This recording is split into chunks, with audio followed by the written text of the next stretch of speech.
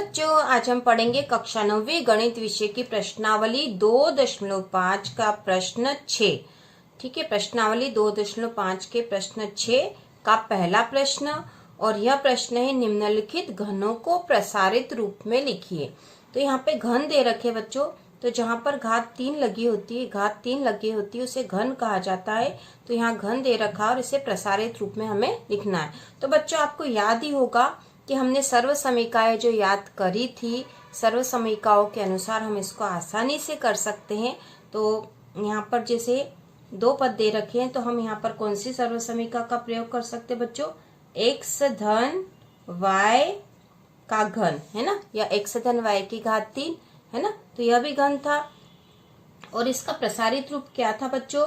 x की घात 3 धन y की घात 3 धन 3xy, और फिर कोष्टक में था x धन y।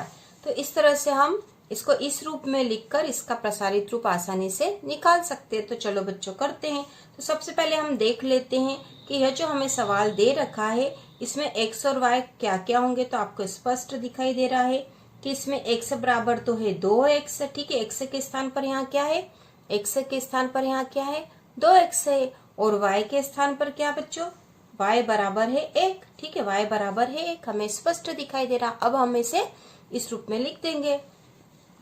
तो पहले हम ये लिख लेते हैं ना, ताकि इसके अनुसार मान लिखना आसान हो बच्चों। तो पहले हम इसी को उतार लेते हैं। यहाँ पे x की घात 3 धन y की घात 3 धन 3xy, और कोष्टक में है x धन y। ठीक है, तो यहाँ पे x के स्थान पर हमें क्या लिखना है? x के हम स्थान पर हमें लिखना बच्चों 2x। ठीक है, x के स्थान पर हम लिख देंगे 2x की घात 3 धन y के स्थान पर क्या लिखना? 1। तो 1 की घात 3 धन 3, x के स्थान पर क्या लिखना है? 2x। ठीक है, और y के स्थान पर 1 है ना। इन्हें कोष्टक में लिख दिया हमने, ताकि हमको आसानी से समझ में आ जाए। और फिर एक और कोष्टक में है x धन y है। ठीक है, x धन y मतलब 2x, और y के स्थान पर हमें लिखना है 1। ठीक है, y के स्थान पर हमें लिखना था 1। ठीक है, 1 लिखना था हमें। अब हम इसको हल कर लेते हैं। ठीक है, तो यहाँ पे 2x की घात 3 है बच्चों। तो 2x की घात 3 मतलब क्या हुआ? 2x की घात 3 मतलब 2x गुणा 2x गुणा 2x, मतलब 2x में 2x का 3 बार गुणा है। तो इसको हल कर लो। 2 का 2 में गुणा करा तो 2 दूनी 4, और 4 का 2 में गुणा करा तो 4 दूनी 8 हो गए, है ना। तो ये हो गए 8। और x का x में 3 बार गुणा करा तो x की घात 3 धन 1 का 1 में 3 बार गुणा करेंगे तो कितना आएगा बच्चों? 1 ही आएगा। ठीक है, तो 1 लिख दिया हमने। अब ये 3 है, पहले इन दोनों का गुणा कर लेते हैं ना। इन दोनों का पहले गुणा कर ले, ताकि हम आसानी से इसको समझ सके।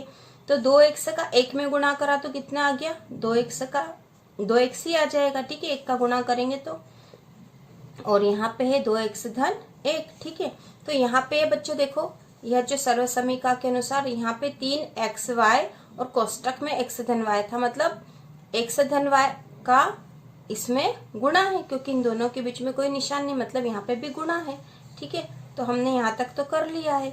अब हम और आगे कर लेते हैं, इसको और सरल कर लेते हैं। तो 8x की घात 3 धन 1 धन, अब 3 का 2x में गुणा कर देते हैं, तो 3 दूना 6x हो गया, है ना। 3 दूना 6x हो गया। और यहाँ पे है 2x धन 1। ठीक है, अब यहाँ पे ये भी गुणा में था, ये भी गुणा में था इसके साथ, तो पहले इसका भी गुणा कर लेते हैं ताकि और सरल हो जाए। तो 8x की घात 3 धन 1, फिर ये 6x तो धन का है, इसका 2x में गुणा होगा। यहाँ सब संख्याएं धन की है, तो हम धन लगा देते हैं। धन 6 का 2 में गुणा करा तो 6 दूनी 12, और x का x में करा तो x की घात 2। ठीक है बच्चों, 6x का 2x में गुणा करा हमने, तो 6 दूनी 12 और x की घात 2 हो गए। ठीक है, धन फिर 6x का 1 में गुणा करेंगे तो 6x ही आएगा। ठीक है, तो ये हमने हल कर लिया है। अब हम इसको थोड़ा सा व्यवस्थित लिख देते हैं, x की घात के रूप में लिख देते हैं। तो 8x की घात 3, ठीक है, इसके घातों के क्रम में लगा देते हैं इसको। 8x की घात 3 धन, ये सारे तो धन में ही हैं। इसके बाद 12x की घात 2, पहले हमने ये लिख दिया, धन 6x। ठीक है, धन 1। तो इस तरह से हमने इस सवाल को कर लिया बच्चों, यही इसका उत्तर है और यही इसका प्रसारित रूप है। ठीक है, अगला प्रश्न है बच्चों सेकंड वाला, 2a ऋण 3b घन है ना, 2a ऋण 3b की घात 3 है ना, घात 3 को ही घन कहा जाता है।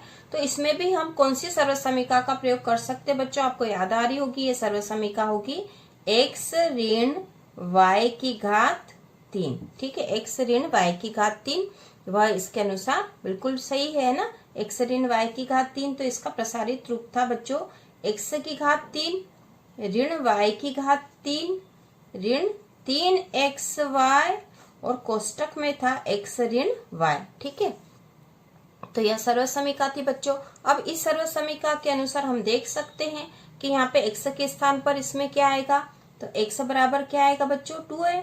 ठीक है, x बराबर क्या आएगा 2a और y बराबर क्या आएगा, y बराबर आएगा 3b। ठीक है, 3b। तो अब हम इसके अनुसार मान रख देंगे। तो मान हमें कहाँ रखना बच्चों, इस रूप में रखना है।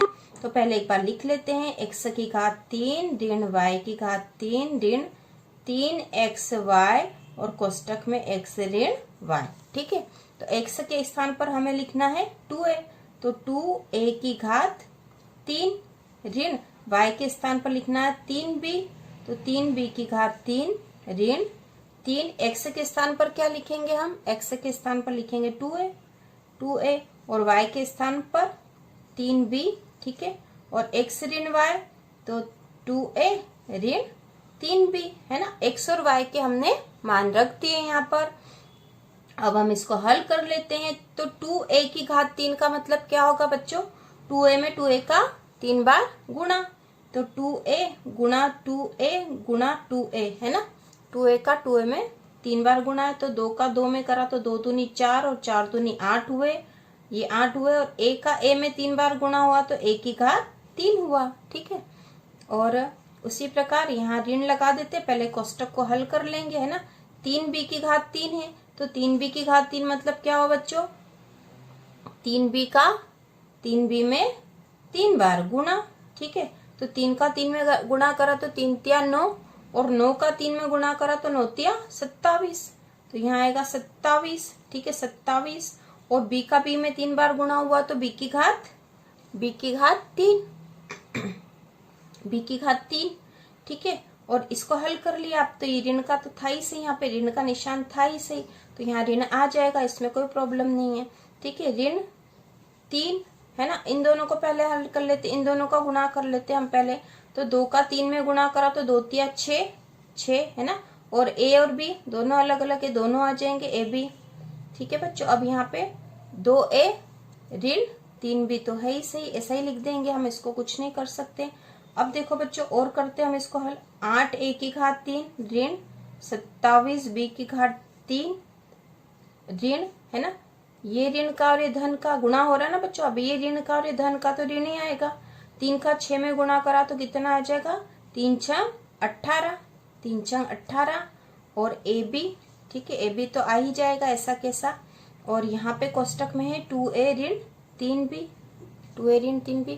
अब इस 18 ab का भी इसमें गुणा होना था है ना, यहाँ पे कुछ नहीं निशान है, मतलब गुणा हम कर सकते हैं, तो चलो कर लेते हैं। 8a की घात 3 ऋण 27b की घात 3 ऋण, ये ऋण का और ये धन का तो ऋण आएगा है ना, ऋण धन ऋण, 18 का 2 में गुणा करेंगे तो कितना आएगा बच्चों, 18 दूना 36 है ना, 18 दूना 36। ठीक है, इसको मैं यहाँ बता देती हूँ एक बार। ये बच्चों 18ab है, इसका हमें 2a में गुणा करना है। ठीक है, किसमें, 2a में गुणा करना है। ठीक है, तो यहाँ पे दोनों संख्याओं का गुणा हो जाएगा, तो 18 दूना हो गया 36। ठीक है, 18 दूना हो गया 36, और ए बी में a का गुणा होगा तो a का तो वर्ग हो जाएगा, क्योंकि ये भी है और ये भी a है, तो a का वर्ग और b ऐसा कैसा आ जाएगा। ठीक है, 36 a का वर्ग और b आएगा। ठीक है, 36 a का वर्ग और b। ठीक है, 36 a का वर्ग b, तो ये हो गया। अब ये ऋण का है और ये ऋण का है, तो ऋण और ऋण क्या हो जाते हैं, धन, गुणा में ऋण और ऋण धन हो गए। अब 18 का 3 में गुणा करना है, तो 18 दूना 36 और 18 तिया 54 हो जाएंगे है ना, आप समझ सकते हो। 18 का 3 में गुणा करेंगे तो 54 आएंगे, और ए बी का बी में गुणा करेंगे तो क्या आएगा बच्चों, ए बी का बी में गुणा करेंगे तो ए तो एक ही है, तो एक ए आ गया, और बी का हो जाएगा वर्ग, मतलब बी की घात 2 लग जाएगी। तो ठीक है, हमने इसको पूरा हल कर लिया। अब हम इसको थोड़ा सा व्यवस्थित लिख देते हैं, ए की घात के क्रम में लिख देते हैं। तो 8 ए की घात 3, फिर आ जाएगा ये ए की घात 2 वाला, ऋण 36 ए की घात 2 बी, ठीक है। फिर ये ए, इसमें तो बी की घात थी, इसमें ए की घात है, तो धन 54 ए बी की घात 2 ऋण 27 बी की घात 3, ठीक है। तो ये हो गया हमारा हल, और यही इसका प्रसारित रूप है बच्चों। तो ये इसका उत्तर हो गया है।